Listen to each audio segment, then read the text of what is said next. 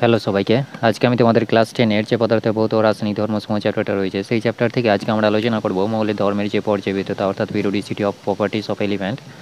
সেই পিরিওডিসিটি অর্থাৎ পর্যায়বৃত্ততা সেটা কি সেটা নিয়ে আলোচনা করব। তো প্রথমেই আমরা দেখব যে পর্যায়বৃত্ততার আগে মডার্ন পিরিয়ডিক টেবিল যে আবিষ্কার হয়েছিল সেই আবিষ্কারের যে অ্যাডভান্টেজ ডিসঅ্যাডভান্টেজ সেগুলো কি কি ছিল। তো মেন্ডেলিভের সময় কোন আইসোটোপের কোনো রকম জায়গা দেওয়া হয়নি, তাই তো। আইসোটোপ যেগুলো ছিল সেই আইসোটোপস যেগুলো ছিল সেগুলোর কোনো রকম নির্দিষ্ট স্থান দেওয়া হয়নি। সেই যে একই রকম ঘটনা ঘটেছিল কোথায়, দীর্ঘ পর্যায় সারণীতে, সেটা কিন্তু সলভ হয়ে গেছিলো। কী করে সলভ হয়ে গেছিলো? যে দীর্ঘ পর্যায় সারণী অর্থাৎ মডার্ন পিরিয়ডিক টেবিল যেটা সাজানো হয়েছিল সেটা কোন ভিত্তিতে সাজানো হয়েছিল? সেটা হচ্ছে যে অ্যাটমিক নাম্বার অনুযায়ী, তাই তো। অর্থাৎ অ্যাটমিক নাম্বার অনুযায়ী সাজানো হয়েছিল। তো অ্যাটমিক নাম্বার অনুযায়ী সাজানোর পরে দেখো একটা হাইড্রোজেনের ক্ষেত্রে আমরা কতগুলো আইসোটোপ পাই? হাইড্রোজেনের ক্ষেত্রে আমরা 3টে আইসোটোপ পাই, তাই তো। 1H1, 1H2 আর 1H3, তাই তো। অর্থাৎ 3টা আইসোটোপ পাই হাইড্রোজেনের ক্ষেত্রে। তো এই যে 3টে আইসোটোপ আমরা পেলাম, তাহলে দেখো যে প্রত্যেকের অ্যাটমিক নাম্বার তো সেম, তাই তো। অর্থাৎ প্রত্যেকের অ্যাটমিক নাম্বার কত? 1। তাহলে অ্যাটমিক নাম্বার সেম হলে পরে কী হবে? এই যে আমাদের যে আইসোটোপের জায়গা দেওয়া, আলাদা করে জায়গা দেওয়ার যে টেনশন, সেই টেনশনটা আমাদের আর থাকছে না, তাই তো। অর্থাৎ অ্যাটমিক নাম্বার অনুযায়ী যখনই সাজানো হলো তখন কী হলো? এই যে আইসোটোপগুলোকে একটা নির্দিষ্ট জায়গা দেওয়া হলো। অর্থাৎ সেই যে আইসোটোপগুলোকে নির্দিষ্ট জায়গা হলো, অর্থাৎ হাইড্রোজেনের ক্ষেত্রে কী পেলাম? একটা নির্দিষ্ট জায়গা পেলাম। কেন নির্দিষ্ট পেলাম? কারণ হচ্ছে কি, আমার পিরিয়ডিক টেবিলটা কীভাবে সাজানো হলো? সাজানো হলো যে অ্যাটমিক নাম্বার অনুযায়ী, অর্থাৎ পারমাণবিক ক্রমাঙ্ক অনুযায়ী সাজানো হলো। সেই জন্য কী হলো? এই যে আইসোটোপগুলো অর্থাৎ যে সমস্ত এলিমেন্টের আইসোটোপ আবিষ্কার হয়েছে সেই সমস্ত এলিমেন্টগুলোকে নিয়ে আর কোনো প্রবলেম থাকলো না। অর্থাৎ তাদের একটা নির্দিষ্ট জায়গা দেওয়া হলো। নির্দিষ্ট জায়গা দেওয়া হলে পরে কী হলো? তাদের নিয়ে মানে যে সমস্ত ত্রুটি ছিল, মানে মেন্ডেলিভের সময় তিনি নির্দিষ্ট জায়গা করতে পারেননি আইসোটোপকে, তো সেই প্রবলেমটা সলভ হয়ে গেল। তো এটা হচ্ছে কি একটা মানে সুবিধা, তাই তো। অর্থাৎ এটা খুব একটা সুবিধা হলো যে আইসোটোপ নিয়ে আর কোনো প্রবলেম থাকলো না। তাহলে এটা হচ্ছে কি মডার্ন পিরিয়ডিক টেবিলের একটা অ্যাডভান্টেজ অর্থাৎ সুবিধা। তারপরে হচ্ছে যে এই যে মডার্ন পিরিয়ডিক টেবিলটা সাজানো হয়েছিল কিসে? অ্যাটমিক নাম্বার অনুযায়ী, তাই তো। আর মেন্ডেলিভের সময় কী অনুযায়ী সাজানো হয়েছিল? অ্যাটমিক ওয়েট অনুযায়ী সাজানো হয়েছিল মেন্ডেলিভের সময়। তো অ্যাটমিক ওয়েট যেগুলো হয় সেগুলো মনে রাখা খুব কঠিন, তাই তো।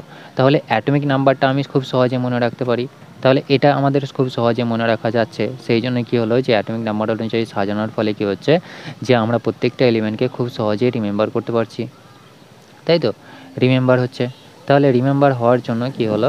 প্রত্যেকটা এলিমেন্টকে আমরা সহজেই মনে রাখতে পারছি এবং তাদের যে ইলেকট্রনিক কনফিগারেশন সেই ইলেকট্রনিক কনফিগারেশনগুলো আমরা দেখতে পাচ্ছি। অর্থাৎ ইলেকট্রন বিন্যাস মানে অ্যাটমিক নাম্বার অনুযায়ী সাজানোর ফলে তাদের ইলেকট্রন বিন্যাস কেমন হবে। এবং এই যে 18টি গ্রুপে ভাগ করা হয়েছে, 18টি গ্রুপে ভাগ করার ফলে কী হলো? যে প্রত্যেকটা গ্রুপ থেকে অর্থাৎ প্রপার্টিসগুলো কী হচ্ছে? একটা নির্দিষ্ট সময় পর কী হচ্ছে? মানে পর্যায়বৃত্ত হচ্ছে, তাই তো। তাহলে এই যে পর্যায়বৃত্ততা সেটা নিয়ে আমরা খুব ইজিলি বুঝতে পারবো, অর্থাৎ আন্ডারস্ট্যান্ডিংটা খুব ইজিলি হয়ে গেল। রিমেম্বার করা অর্থাৎ মনে রাখা খুব সহজে হয়ে গেল। তারপরে কী হয়েছিল? যে আইসোটোপের সমস্যা তো মিটে গেল। তারপরে কী হয়েছিল? যে আর্গন মেন্ডেলিভের সময় কি কাকে আগে দেওয়া হয়েছিল? আর্গনকে আগে দেওয়া হয়েছিল স্থান পটাশিয়ামের আগে, তাই তো। অর্থাৎ আর্গনের অ্যাটমিক ওয়েট বেশি থাকার জন্য সত্ত্বেও অ্যাটমিক ওয়েট বেশি থাকা সত্ত্বেও কী হচ্ছে? আর্গনের অ্যাটমিক ওয়েট বেশি থাকা সত্ত্বেও একে আগে দেওয়া হয়েছিল মেন্ডেলিভের সময়। কিন্তু মেন্ডেলিভ নির্দিষ্ট করে বলতে পারেননি যে কেন, মানে ধর্মের শুধুমাত্র মিল থাকার জন্য কী হয়ে গেল? আগে স্থান পেয়ে গেল অ্যাটমিক মানে আর্গনটা। তো কিন্তু এখানে অ্যাটমিক ওয়েটটা যেহেতু বেশি সেহেতু পরে স্থান দেওয়া উচিত ছিল, তাই তো। কিন্তু আগে দেওয়া হয়েছে।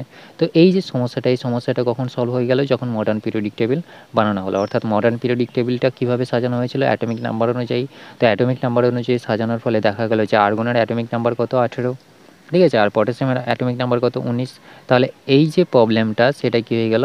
সেটা সলভ হয়ে গেল, ঠিক আছে। অর্থাৎ অ্যাটমিক ওয়েট বেশি হওয়া সত্ত্বেও কিন্তু অ্যাটমিক নাম্বারটা কার বেশি? অ্যাটমিক নাম্বারটা পটাশিয়ামের বেশি। তাহলে অ্যাটমিক নাম্বারটা পটাশিয়ামের বেশি থাকার জন্য আর্গনকে কী হলো? 18। অর্থাৎ আর্গনের ক্ষেত্রে আমরা 18 নম্বর পাই অ্যাটমিক নাম্বারটা। আর্গনের 18 নম্বর হওয়ার জন্যই কী হচ্ছে? একই মানে যে জায়গা দেওয়া হয়েছিল মানে মেন্ডেলিভের সময়, মানে আর্গনকে আগে দেওয়া হয়েছিল, সেই যে সমস্যাটা সেই সমস্যাটা মিটে গেল। অর্থাৎ অ্যাটমিক ওয়েট বেশি হলে পরে হবে কি? অ্যাটমিক নাম্বারটা তো আমার ছোট হচ্ছে আর্গনের, সেই জন্য কী হলো, আর্গন আগে জায়গা পেলো। সেম একই রকম কোবাল্ট ও নিকেলের ক্ষেত্রে দেখা গেছিলো, ঠিক আছে। কোবাল্ট ও নিকেলের ক্ষেত্রে সেম একই রকম ঘটনা ঘটেছিল, অর্থাৎ কোবাল্টের অ্যাটমিক ওয়েট বেশি থাকা সত্ত্বেও, ঠিক আছে, অ্যাটমিক ওয়েটটা বেশি ছিল কোবাল্টের, কিন্তু মানে কোবাল্টকে আগে জায়গা দেওয়া হয়েছিল, অ্যাটমিক ওয়েট বেশি, নিশ্চয়ই পরে জায়গা পেত, কিন্তু একে আগে দেওয়া হয়েছে। তো এই যে আগে দেওয়া হলো, তাহলে কেন আগে দেওয়া হলো? তো তার কারণ হচ্ছে যে ধর্মে মিল ছিল, তাই তো।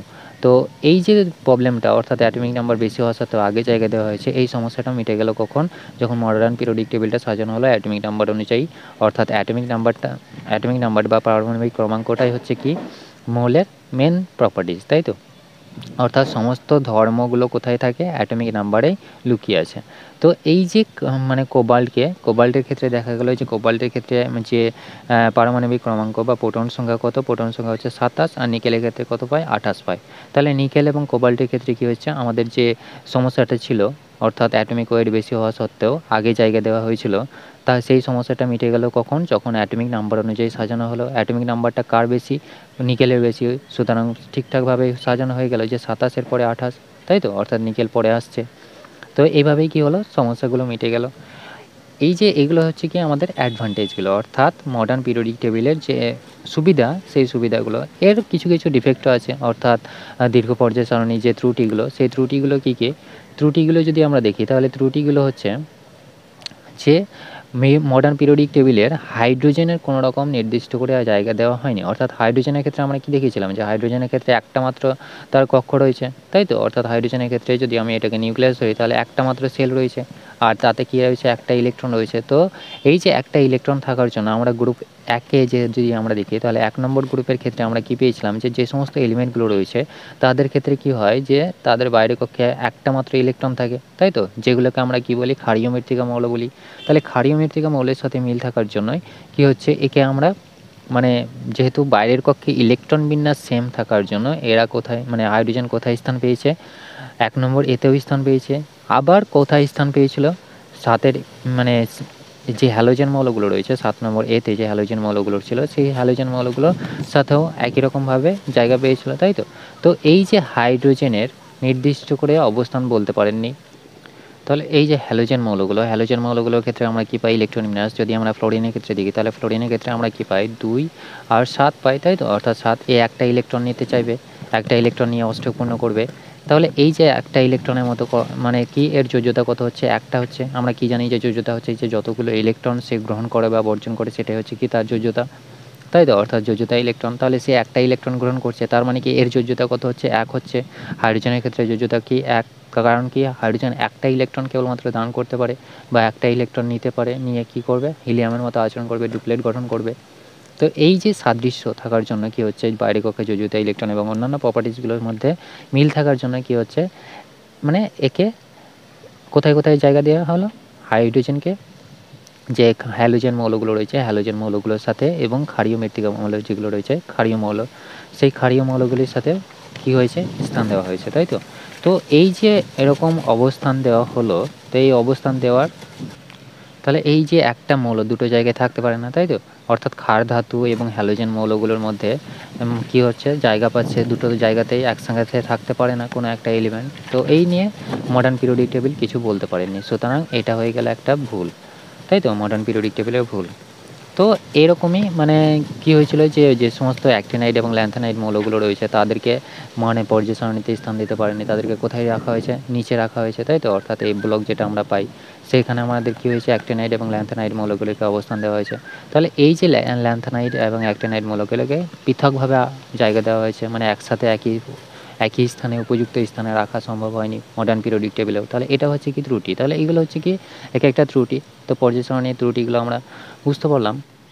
তাহলে এরপরে যে আমাদের মেন টপিক, সেটা হচ্ছে কি যে মৌলের ধর্মের পর্যায়বৃত্ততা। অর্থাৎ এখান থেকে আমাদের সবথেকে বেশি প্রশ্ন আছে পরীক্ষাতে। তো পিরিয়ডিসিটি বলতে আমরা কি জানি, যে একটা নির্দিষ্ট সময় পর পর, অর্থাৎ একটা নির্দিষ্ট সময় পর পর কী হচ্ছে, নির্দিষ্ট সময় পর পর তাদের যে ধর্মগুলো, অর্থাৎ রাসায়নিক ধর্ম এবং ভৌত ধর্ম যেগুলো রয়েছে, সেই ধর্মের কী হয়, মানে পুনরাবৃত্তি ঘটে, তাই তো। অর্থাৎ ধর্মের পর্যায়ক্রমিক পুনরাবৃত্তি ঘটে। তো এই যে পর্যায়ক্রমিক পুনরাবৃত্তি ঘটছে, তাহলে এই যে ঘটনাটা, সেটাকে আমরা কী বলি? পর্যায়বৃত্ত বলি, ঠিক আছে। অর্থাৎ পর্যায়বৃত্তি। ঠিক।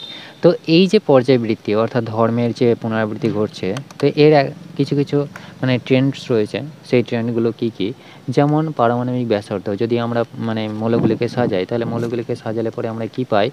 যে গ্রুপ আমরা মডার্ন পিরিয়ডিক টেবিলে আমরা কী জানি? যে গ্রুপ 1 থেকে 18 পর্যন্ত সাজানো হয়েছে, তাই তো? 1 থেকে 18 আর এদিকে পর্যায় কতগুলো? 7 খানা পর্যায়, তাই তো? তাহলে এই যে 1 থেকে 18টা মানে যে গ্রুপ রয়েছে, সেই গ্রুপ থেকে আমাদের এই যেটা সিলেবাসে রয়েছে সেটা হচ্ছে যে এস ব্লক এবং পি ব্লক নিয়ে, পি ব্লক সংক্রান্ত, তাই তো? তো এই যে আমাদের 1 নম্বর গ্রুপে যেগুলো রয়েছে, অর্থাৎ 1 নম্বর গ্রুপটা যদি আমরা দেখি, ঠিক আছে? অর্থাৎ 1 নম্বর গ্রুপের ক্ষেত্রে আমরা কী পাই? 1 নম্বরের ক্ষেত্রে পাই হাইড্রোজেন, লিথিয়াম, সোডিয়াম, তাই তো? অর্থাৎ এগুলো আমরা কী পাই?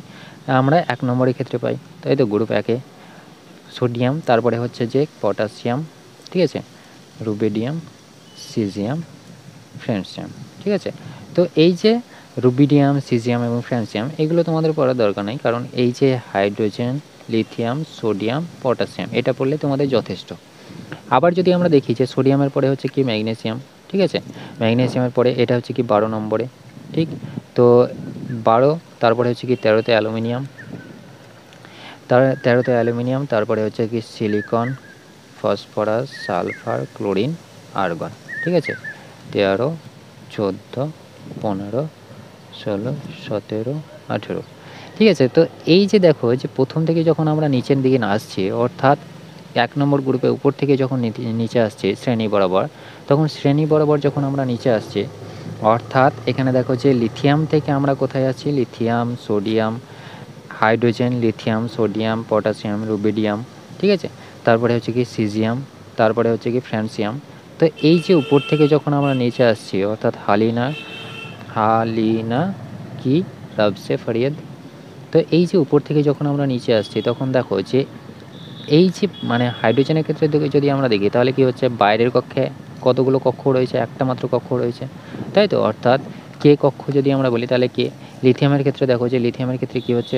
2, 1, তাই তো? অর্থাৎ এটার ক্ষেত্রে দেখো যে দুটো পাচ্ছি। অর্থাৎ হাইড্রোজেনের ক্ষেত্রে কতগুলো পেয়েছিলাম? 1 পেয়েছিলাম, একটা কক্ষ পেয়েছিলাম, অর্থাৎ সেল নাম্বার কত? 1।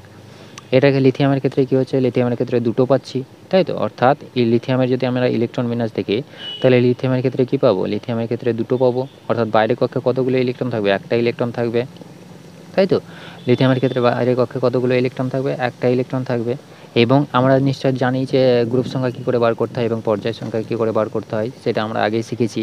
তো এখানে দেখো যে আরেকবার বলে দিই যদি, তাহলে দেখো যে দুটো কক্ষে ইলেকট্রন থাকছে, সুতরাং এটার যোজ্যতা কত হবে? 2 হবে, এবং বাইরের কক্ষে যতগুলো ইলেকট্রন থাকবে যোজ্যতা ইলেকট্রন, সেটাই হবে কি আমাদের গ্রুপ নাম্বার, ঠিক আছে? পি ব্লকের ক্ষেত্রে কী হবে? 10+, এই বাইরের কক্ষে যতগুলো ইলেকট্রন থাকবে সেটাই হবে কি গ্রুপ নাম্বার। তো এই যে দেখো যে উপর থেকে যত নিচে আসছি তত কী হচ্ছে? সোডিয়ামের ক্ষেত্রে যদি আমি দেখি, তাহলে সোডিয়ামের ক্ষেত্রে ইলেকট্রন বিন্যাস কত হচ্ছে? 2, 8, 1, তাই তো? তার মানে কি 3টে সোডিয়াম, যোজ্যতা কত? 3, এবং গ্রুপ নাম্বার কত? 1। তাহলে এখানে দেখো যে সোডিয়ামের ক্ষেত্রে যদি আমরা দেখি, সোডিয়ামের ক্ষেত্রে কী হচ্ছে? 3টে, এখানে কতগুলো পাচ্ছি? 3টে পাচ্ছি, তাই তো? অর্থাৎ বাইরের কক্ষে একটা ইলেকট্রন থাকছে। তো এই যে বাইরের কক্ষে ইলেকট্রন সংখ্যাটা দেখো কী হচ্ছে? সেম থাকছে, কিন্তু কক্ষক সংখ্যাটা কী হচ্ছে? বাড়ছে। তার মানে কি আমরা বলতে পারি যে যত উপর থেকে নিচে আসবো তত কী হবে? কক্ষ সংখ্যাটা বাড়বে, তাই তো? কক্ষ সংখ্যা কী হবে? বাড়বে উপর থেকে যত নিচে আসবো, ঠিক। তারপরে দেখো যে যদি আমরা এই মানে পর্যায় বরাবর যাই, অর্থাৎ আণুভূমিক বরাবর যাই, তখন কী হবে? দেখো যে সোডিয়াম, ম্যাগনেসিয়াম, অ্যালুমিনিয়াম, দেখো প্রত্যেকের ক্ষেত্রে কী হচ্ছে? ম্যাগনেসিয়ামের ক্ষেত্রে যদি আমরা দেখি, তাহলে ম্যাগনেসিয়ামের ক্ষেত্রে আমরা কী হচ্ছে? যে ইলেকট্রন বিন্যাস যদি আমরা দেখি, তাহলে ম্যাগনেসিয়ামের ক্ষেত্রে কী কত পাবো? 2, 8, 2, তাই তো? অ্যালুমিনিয়ামের ক্ষেত্রে কী পাবো? 2, 8, 3। এইভাবে কী হচ্ছে? দেখো যে ইলেকট্রন সংখ্যাটা আমার কী হচ্ছে? বাড়ছে, কিন্তু কক্ষক সংখ্যা আমার কী আছে? সেম রয়েছে, তাই তো? অর্থাৎ 3টে কক্ষই রয়েছে, KLM, ঠিক। তো এই যে KLM কক্ষক রয়েছে, তার মানে কি কক্ষক সংখ্যা কিন্তু পরিবর্তন হচ্ছে না। কি পরিবর্তন হচ্ছে? অ্যাটমিক নাম্বারটা পরিবর্তন হচ্ছে, অর্থাৎ প্রোটন সংখ্যা বাড়ছে, বাড়ার সঙ্গে সঙ্গে সঙ্গে কী হচ্ছে? আমাদের যে ইলেকট্রন সংখ্যাটা বাড়ছে, কিন্তু সেল নাম্বার কখনোই বাড়ছে না। সেল নাম্বার যদি বাড়ে তাহলে কী হবে? কক্ষক সংখ্যাটা বাড়বে। কিন্তু দেখো যে প্রত্যেকের ক্ষেত্রে কী হচ্ছে? আমরা 3টে মাত্র সেল পাচ্ছি, অর্থাৎ কক্ষক পাচ্ছি। তো কক্ষকের সংখ্যা কী হচ্ছে? আমার সেম থাকছে। তো কক্ষকের সংখ্যা সেম থাকার কারণে যত আমরা বাঁ দিক থেকে, অর্থাৎ আমরা বাঁ দিক থেকে ডান দিকে যাই না কেন, ততই কী হবে? কক্ষক সংখ্যাটা আমার সেম থাকবে, অর্থাৎ কক্ষকের সংখ্যা কখনো পরিবর্তন হয় না, ঠিক আছে? অর্থাৎ বাঁ দিক থেকে যখন ডান দিকে যাই। তাহলে আমরা কি পেলাম যে কক্ষক সংখ্যা আমরা উপর থেকে যখন নিচে আসছি, অর্থাৎ যখন আমরা টপ টু বটম আসছি, তখন কি হচ্ছে আমাদের যে কক্ষক সংখ্যাটা কি হচ্ছে বাড়ছে। যখন আমরা বাঁ দিক থেকে ডান দিকে যাচ্ছি তখন কি হচ্ছে, তখন হচ্ছে কি আমাদের কক্ষক সংখ্যাটা কমছে। ঠিক আছে, কক্ষক সংখ্যাটা কমে না আর কি, সেম থাকছে। ঠিক আছে, অর্থাৎ সেম, সরি এটা সেম হবে। ঠিক আছে, অর্থাৎ দেখো যে কই হচ্ছে 3টে কক্ষই আমরা পাচ্ছি, তাই তো 2, 8, 2 অ্যালুমিনিয়াম করে, অর্থাৎ এইগুলো কি আমাদের 1 নম্বর গ্রুপ, এটা হচ্ছে কি 2 নম্বর গ্রুপ, এইগুলো হচ্ছে কি 3 নম্বর, আর সরি 13 নম্বর, 13 থেকে এটা হচ্ছে 18 নম্বর গ্রুপ, তাই তো, অর্থাৎ পি ব্লক এটা। তো এই যে আমাদের পি ব্লক এবং এস ব্লকের ক্ষেত্রে আমরা যত যাচ্ছি, অর্থাৎ বাঁ দিক থেকে ডান দিকে গেলে পরে কী হচ্ছে, আমাদের কক্ষক সংখ্যা সেম থাকছে, কিন্তু যখন আমরা উপর থেকে নিচে আসছি তখন কী হচ্ছে, আমাদের যে এটা থাকছে কক্ষক সংখ্যাটা, অর্থাৎ সেল নাম্বারটা কী হচ্ছে আমাদের সেম থাকছে, একই থাকছে, তাই তো। কীভাবে থাকছে সেটা আমরা দেখে নিলাম, যে প্রত্যেকের ক্ষেত্রে কী পাচ্ছি 3টে করে, অর্থাৎ কে এল এম, এটার ক্ষেত্রে দেখো কে এল এম 14তে সিলিকন, এটা যদি আমরা দেখি তাহলে কী পাবো 2, 8, 4, তাই তো, অর্থাৎ এটার ক্ষেত্রে আমরা কী পাবো কে এল এম। ঠিক আছে, অর্থাৎ প্রত্যেকের ক্ষেত্রে আমরা কি পাচ্ছি 3টে করে কক্ষক পাচ্ছি, সুতরাং এটাকে আমরা কি বলতে পারি, সেম বলতে পারি। ঠিক আছে, আর্গনের ক্ষেত্রে যদি দেখো শেষেরটা, তাহলে আর্গনের ক্ষেত্রে কি পাবো 2, 8, 8, তাই তো, তাহলে 3টে মাত্র পাচ্ছি। তো এই যে সেম থাকছে আমাদের, তাহলে তাহলে এটা বুঝতে পারছো যে কক্ষক সংখ্যাটা আমাদের কী হচ্ছে, যখন উপর থেকে নিচে আসছে তখন কী হচ্ছে বাড়ছে, যখন আমরা মানে শ্রেণী বরাবর যখন উপর থেকে নিচে আসছি তখন কী হচ্ছে আমাদের বাড়ছে, এবং শ্রেণী বরাবর যখন বাঁ দিক থেকে ডান দিকে যাচ্ছি তখন কী হচ্ছে আমাদের সেম থাকছে, একই থাকছে, অর্থাৎ পর্যায় সংখ্যা আমাদের সেম থাকছে। ঠিক আছে, এরপরে যদি আমরা এই যে কক্ষক সংখ্যাটা যখন বাড়লো তখন এর সাথে আর একটা রিলেটেড আছে, যেটা হচ্ছে যে পারমাণবিক আকার। পারমাণবিক আকারটা কি হবে, তাহলে অ্যাটমিক সাইজ বা পারমাণবিক আকারটা যদি আমরা দেখি, তাহলে পারমাণবিক আকারটা কি হবে বলো তো, অ্যাটমিক সাইজটা। ঠিক আছে, অর্থাৎ যদি আমি দেখি যে পারমাণবিক আকার, তাহলে পারমাণবিক আকারটা কি হবে বা অ্যাটমিক সাইজটা। ঠিক আছে, অ্যাটমিক সাইজটা, তাহলে অ্যাটমিক সাইজটা দেখো যে কী হচ্ছে, কক্ষক সংখ্যা যত বাড়ছে, তার মানে কি উপর থেকে যত আমরা নিচে আসছি, ঠিক আছে, অর্থাৎ হাইড্রোজেন থেকে এই যে ফ্রান্সিয়াম পর্যন্ত যত উপর থেকে নিচে আসছি, তত কি হচ্ছে আমাদের যে উপর থেকে নিচে আসার জন্য কি হচ্ছে আমাদের কক্ষক সংখ্যা বাড়ছে, তাই তো, অর্থাৎ লিথিয়ামের ক্ষেত্রে আমরা কি পেলাম 3, তাই তো, অর্থাৎ 2, 1, 2টো ছিল, এতে সোডিয়ামের ক্ষেত্রে 3টে পেলাম, পটাশিয়ামের ক্ষেত্রে কি পাবো 2, 8, 8, তাই তো, পটাশিয়ামের কত 19, তাই তো, এটা হয়ে গেল 18 আর 1, তো এই যে 4টে পেয়ে গেলাম। তাহলে উপর থেকে যত নিচে আসছি তত কী হচ্ছে আমাদের স্কেল নাম্বার বাড়ছে, অর্থাৎ কক্ষক সংখ্যা বাড়ছে। এবার বলো যে কক্ষক সংখ্যা যত বাড়বে, অর্থাৎ 1টা 2টো 3টে 4টে কক্ষক সংখ্যা যত বাড়ছে তত কী হচ্ছে আমাদের আকারটা বাড়ছে, তাই তো, অর্থাৎ যত আকার বাড়ছে তত কী হচ্ছে সেল নাম্বার বাড়ছে, অর্থাৎ কক্ষক সংখ্যা বাড়ছে। কক্ষক সংখ্যা বাড়ছে তার মানে কি উপর থেকে যত আমি নিচে আসবো তত কী হবে সাইজটা বাড়বে। ঠিক আছে, অ্যাটমিক সাইজটা বাড়ছে, ঠিক না। দেখো এটা ভালো করে বুঝে নাও, যে যত উপর থেকে নিচে আসছে তত তো সেল নাম্বার বাড়ছে, অর্থাৎ কক্ষকের সংখ্যা বাড়ছে। কক্ষকের সংখ্যা বাড়া মানে কি একটা একটা করে কক্ষক যোগ হয়ে যাওয়া, ঠিক। তো একটা একটা করে কক্ষক যোগ হয়ে যাওয়া মানে কি অ্যাটমিক সাইজটা বৃদ্ধি পাওয়া, অ্যাটমিক সাইজটা বৃদ্ধি পাওয়া। এরপরে বলো যে আমরা যদি বাঁ দিক থেকে ডান দিকে যাই তাহলে কি পাবো, বাঁ দিক থেকে ডান দিকে গেলে পরে যদি আমি sodium, magnesium, aluminium, silicon, phosphorus এইভাবে যদি আমরা যাই তাহলে কি পাবো আর্গন পর্যন্ত। তাহলে এখানে আমরা দেখতে পাচ্ছি যে যত আমরা যাচ্ছি তত কি হচ্ছে সেল নাম্বার কিন্তু আমার সেম থাকছে, কক্ষক সংখ্যা সেম থাকছে। এবার বলো কোন জিনিসটা বাড়ছে, আমাদের নিশ্চয়ই প্রোটন সংখ্যাটা বাড়ছে, তাই তো, প্রোটন সংখ্যাটা বাড়ছে। প্রোটন সংখ্যাটা যদি বাড়ে তার মানে কি পজিটিভ চার্জ বাড়ছে, তাই তো, পজিটিভ চার্জ বাড়ছে, এবং বাইরে কি আছে নেগেটিভ চার্জ, তাহলে পজিটিভ এবং নেগেটিভ চার্জের মধ্যে কী হবে অ্যাট্রাকশান বেশি হবে। তার কারণ কি একটা কক্ষক আছে কিন্তু আমাদের কেন্দ্রে কী হয়েছে প্রোটন সংখ্যা বাড়ছে। বলো তো যদি আমাদের এই যে ধরে নাও এখানে একটা প্রোটন আছে একটা ইলেকট্রন রয়েছে, ঠিক আছে, তাহলে এদের মধ্যে আকর্ষণ বল হবে কিছু একটা। তারপরে যদি আর একটা কক্ষক নিই তাহলে এই যে একটা প্রোটন যদি আমার এখানে থাকে আর একটা ইলেকট্রন যদি এখানে থাকে তাহলে কি হচ্ছে আকর্ষণ করার ক্ষমতাটা কমে যাচ্ছে, তাই তো, অর্থাৎ যত ডিস্টেন্স বাড়ছে তত আকর্ষণ করার ক্ষমতাটা কী হয়ে যাচ্ছে কমে যাচ্ছে। তাহলে এই যে কমে যাচ্ছে, তাহলে দেখো যে যদি আমি এই কক্ষতে অর্থাৎ এই নাম্বারটা যদি আমি বাড়াতে পারি তাহলে কি হবে এর উপর প্রভাবটা বেশি হবে, তাই তো, অর্থাৎ ইলেকট্রনের উপর প্রভাবটা বেশি হবে, তাহলে কি হবে অ্যাট্রাকশানটা বেশি হবে। তো সেম একই রকমভাবে দেখো যে এদের ক্ষেত্রে 3টে করে কক্ষক রয়েছে, সেল নাম্বার 3টে করে আছে, কিন্তু এদের প্রোটন সংখ্যা যেহেতু বৃদ্ধি পাচ্ছে তাহলে প্রোটন সংখ্যা বাড়ার জন্য কি হচ্ছে আকর্ষণ বলটা বৃদ্ধি পাচ্ছে, অর্থাৎ নিউক্লিয় চার্জ নিউক্লিয়াসের মধ্যে কী কী রয়েছে? প্রোটন রয়েছে তো, বেচারা ইলেকট্রন কি নিউট্রনকে সাথে পেয়েছে প্রোটন, এবং সাথী থাকলে পরে কী হবে, সে কি বাইরে কোথাও যাবে? আর ইলেকট্রনটা কি, ইলেকট্রনটা হচ্ছে কি বাইরে সে একাই ঘুরে বেড়াচ্ছে, তো তার কেউ নাই। এখানে কি আছে, নিউক্লিয়াসের মধ্যে প্রোটনের নিউট্রন আছে, সেই জন্য সে একসাথে রয়েছে, এই বিক্রিয়ায় অংশগ্রহণও করে না, কোনো কিছুই করে না। ইলেকট্রনটা কি বেচারা একাই আছে, একাই থাকার মানে কি সে বাইরে ঘুরে বেড়াচ্ছে। সেম একই রকমভাবে তাহলে ইলেকট্রনটা এখানে আমার কি হচ্ছে, ভেতরে যেটা রয়েছে সেটা কার জন্য চার্জ, অর্থাৎ নিউক্লিয়াসের যে চার্জটা পজিটিভ হচ্ছে সেটা কার দরুন, সেটা হচ্ছে যে প্রোটনের দরুন, তাই তো। অর্থাৎ এই মধ্যে যে চার্জটা রয়েছে প্লাস চার্জ, সেটা হচ্ছে কি আমরা সেটাকে নিউক্লিয় চার্জ বলি। তাহলে নিউক্লিয় চার্জ যত বাড়ছে তত কী হচ্ছে, ইলেকট্রনের উপর আকর্ষণ বল বাড়ছে, যত আমার প্রোটন সংখ্যা বাড়ছে, তাই তো। এখানে একটা একটা করে যোগ হচ্ছে, তার মানে কি প্রোটন সংখ্যা যোগ হয়ে যাচ্ছে, প্রোটন সংখ্যা যোগ হওয়ার জন্য কি হচ্ছে, আকর্ষণ বলটা বৃদ্ধি পাচ্ছে, আকর্ষণ বল বৃদ্ধি পাওয়ার জন্য কি হচ্ছে, অ্যাটমিক সাইজটা যত আমরা বাঁ দিক থেকে ডান দিকে যাব তত কী হয়ে যাচ্ছে, ছোট হয়ে যাচ্ছে, ঠিক আছে, অর্থাৎ কমে যাচ্ছে।